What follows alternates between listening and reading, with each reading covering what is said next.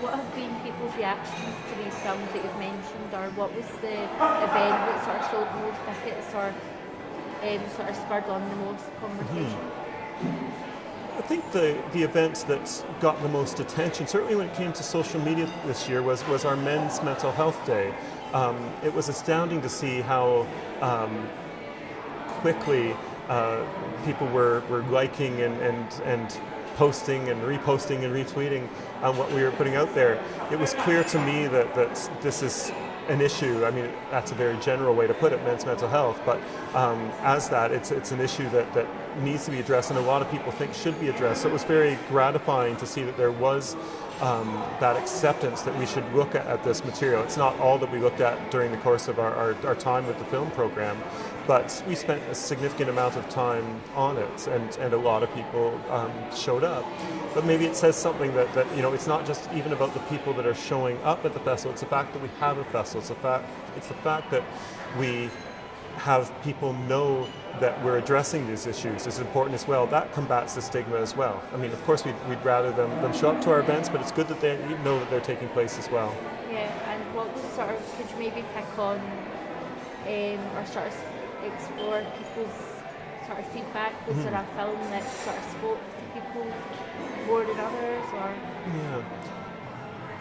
I don't know that there was a particular film that spoke to people more than others. It's a very individual thing.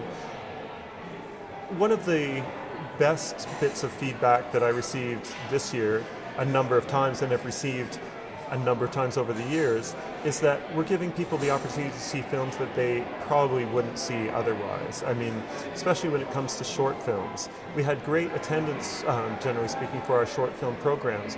And I think it's a way for people to have a different experience, not just looking at mental health over the course of the duration of the program, but also seeing films from different places, seeing stories that they probably wouldn't be exposed to otherwise. So just the fact that people are willing to take a chance with these films, that they won't know any of the stars, they won't know the director, but they just know that there's something important going on here, and this is one of the most exciting things that we do, and we get all sorts of compliments. So how did you find these films? What are you getting every year, and how fantastic it is that you're allowing us the opportunity to see this work that we wouldn't see otherwise. I think that's sort of me come to the end of questions, but one other one that I think would be important to include is, say, like the Cloud9 film. That's about postnatal depression, so could you maybe sort of talk about the illnesses that were covered in the films and whether there's a sort of broad range of them, or was there an illness you focused on in particular in the films?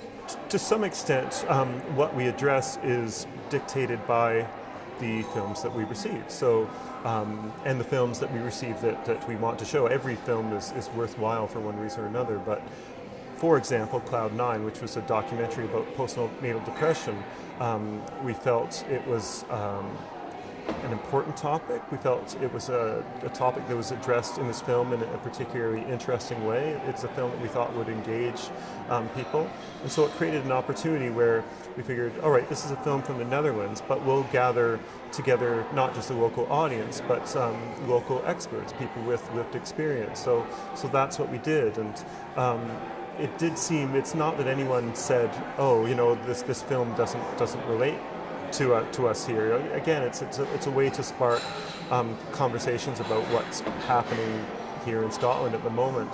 So it's not that we were particularly looking for a film about postnatal depression. It's not that we were looking for a film about schizoaffective disorder when it came to the Irish documentary Hum. It's just that's what we got. I mean, we do give some consideration to, we'd like to cover a broad range of topics.